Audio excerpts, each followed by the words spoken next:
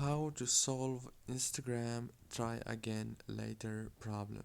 So hello guys, welcome back. So in this tutorial I'm gonna show you how to fix the try again later problem easily and fast. First thing, open the settings and then you have to go into the apps manager. When you open the apps right here on this page, you will find every application that you have on your phone. So you have to scroll until you find Instagram and click on it. If you didn't find it, you can search for it here in the search bar. Click on Instagram and then all what you wanna do here is very simple. Just go into the notifications management and make sure that every option here is enabled, especially this badges option.